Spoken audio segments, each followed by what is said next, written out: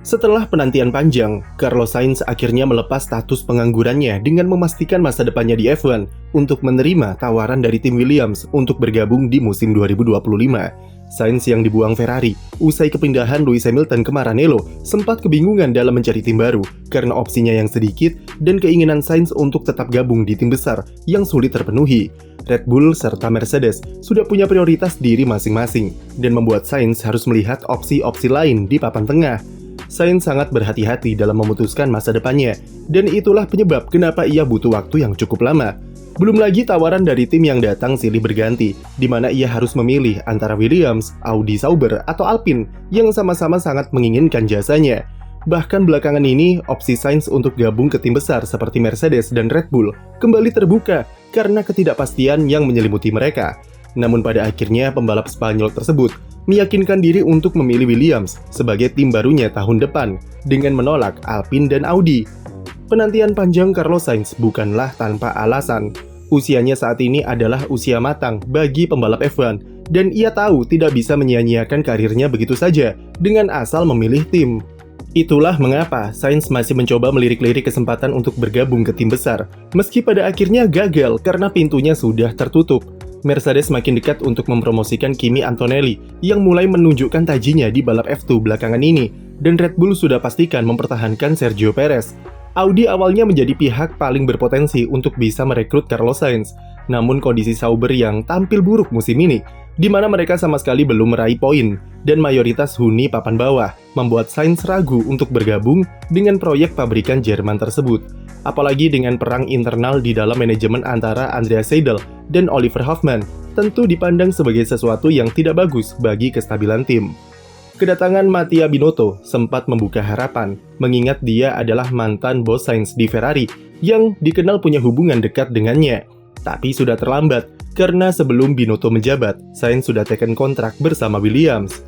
Selain itu, tak ada jaminan juga jika mesin Audi akan langsung gacor di 2026 nanti. Dan bahkan semakin kesini, malah semakin suram kejelasannya dengan birokrasinya yang rumit. Jika digabungkan dengan kapasitas Sauber yang belum teruji, tentu akan jadi sebuah pertaruhan yang sangat beresiko bagi karir Sainz.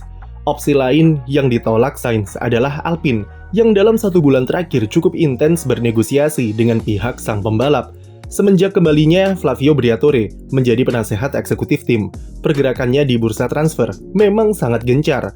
Sainz adalah opsi yang jadi prioritas bagi mereka, namun pembalap 29 tahun tersebut kurang yakin dengan kondisi tim Alpine saat ini. Manajemen mereka kacau dengan kondisi yang dialami dalam setahun terakhir, dan itu bisa dilihat dengan jelas pada seperti apa performa mereka musim ini.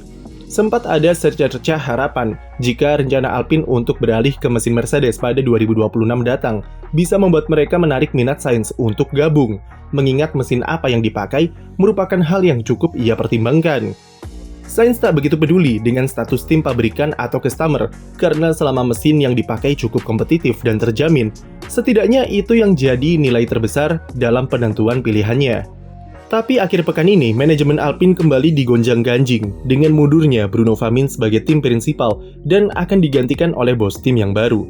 Pergolakan internal yang terlalu banyak dalam 12 bulan terakhir sudah jelas bukanlah tempat yang ideal bagi Sainz untuk membalap di sana. Disinilah Williams tampil sebagai tim penyelamat bagi karir mantan pembalap McLaren tersebut.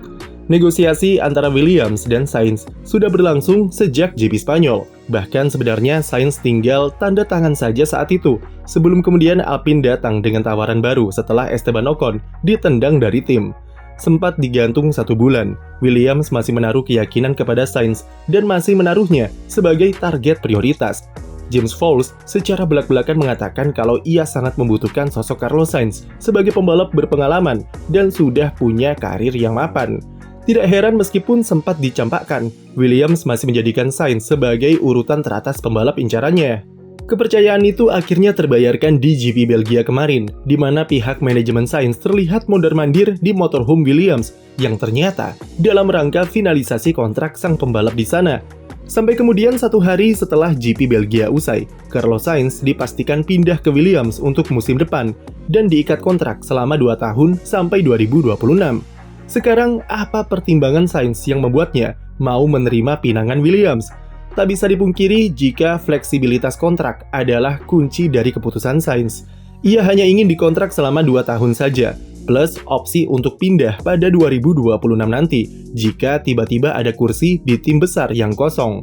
Ada rumor yang mengatakan jika terdapat klausul di kontraknya, yaitu bila ada tawaran dari Mercedes atau Red Bull, maka Sainz bisa akhiri kontrak lebih awal di Williams dan menerima tawaran tersebut. Seperti yang kami mention di awal tadi, Sainz tak mau menyanyiakan usia emasnya dan membuka opsi selebar mungkin untuk tetap bisa bergabung ke tim besar selama tawaran itu ada. Cuma Williams yang bisa menerima permintaan jangka pendek Sainz yang ingin 2 tahun kontrak plus opsi untuk pindah tim sewaktu-waktu. Williams ibaratnya dijadikan Sainz sebagai batu loncatan untuk memberikannya kesempatan kembali ke tim besar di 2026 atau 2027 nanti. Tapi ia bukan sekedar asal pilih, mengingat opsi-opsi lainnya kurang meyakinkan. James Vowles sukses meyakinkan Sainz untuk gabung ke Williams adalah sebuah prestasi tersendiri, mengingat performa tim mereka musim ini saja cuma lebih baik dari Sauber. Williams sudah menegaskan jika mereka bodo amat dengan musim 2024 dan 2025, karena fokus utama mereka adalah musim 2026 dengan upgrade besar-besaran dari aspek fasilitas untuk menunjang performa. James Vowles memberikan kestabilan dan jaminan jika selama Sainz berkarir di sana, internal mereka akan baik-baik saja dengan manajemen kelas atas yang diterapkan di Williams. Bulan lalu saja, mereka sukses merekrut 25 engineer baru, di mana 5 diantaranya adalah figur senior dan berpengalaman. Belum lagi, James juga secara frontal membuka kemungkinan untuk membawa pulang Adrian Newey ke Williams. Keterbukaan, progresivitas, dan orientasi tim yang berbasis performa adalah kunci manajemen James Vowles yang berhasil menduetkan Alexander Albon dan Carlos Sainz di Williams musim depan. Mesin Mercedes sejauh ini juga jadi yang paling terdepan dalam persiapan regulasi baru yang jadi faktor pertimbangan kuat bagi Sainz untuk gabung ke skuad Groove. Jadi meski mengincar target jangka pendek di Williams, namun di saat yang sama, mereka juga memberikan jaminan jangka panjang seandainya Sainz tidak mendapat tawaran tim besar dan harus stay di Williams setelah 2026. Sekarang, dengan kepastian masa depan Sainz, itu akhirnya membuka kunci bagi tim yang masih kosong kursinya untuk menentukan siapa pembalap tahun depan, terutama Alpine dan Sauber yang ditolak oleh Sainz. Alpine sendiri sudah punya opsi cadangan, yaitu Mick Schumacher dan Jack Doohan untuk dijadikan rekan setim Pierre Gasly. Alpine beberapa pekan sebelumnya sudah mengetes keduanya dalam tes privat di sirkuit Paul Ricard sebagai penjajakan yang akan menentukan siapa yang lebih pantas untuk menghuni kursi musim depan.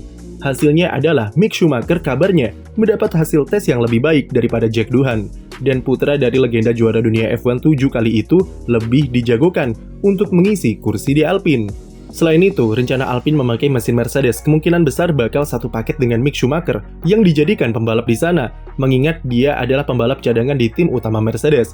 Faktor Flavio Briatore yang dulu pernah mengendus talenta ayahnya ketika membajak Schumi dari Jordan ke Benetton, mungkin juga akan berpengaruh terhadap keputusan Alpine merekrut Mick. Sementara Audi Sauber, otomatis mereka harus mencari pembalap lain setelah ditolak Carlos Sainz, dan target alternatif mereka, Esteban Ocon, malah gabung Haas. Satu-satunya opsi tersisa bagi Sauber adalah mempertahankan Valtteri Bottas untuk 2025. Zhou Guanyu dengan performanya musim ini jelas bukan opsi yang oke untuk dipertahankan, dan Sauber tak butuh pay driver semenjak diakuisisi penuh oleh Audi. Bottas adalah pilihan terakhir bagi Sauber untuk dipasangkan dengan Nico Hülkenberg karena tak ada opsi pembalap yang tersisa di luar sana. Sementara Logan Sargeant musim 2024 sepertinya akan jadi musim terakhirnya di F1, dan rencananya akan pindah ke IndyCar tahun depan. Jadi untuk saat ini meskipun Williams performanya masih angin-anginan, tapi jaminan kestabilan tim dan manajemen yang rapi berhasil meyakinkan Sainz untuk mempercayakan masa depannya di sana.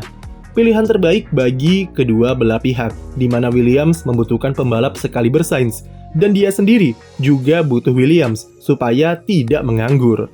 Sekian video dari kami, jangan lupa beri like dan subscribe untuk konten F1 lainnya.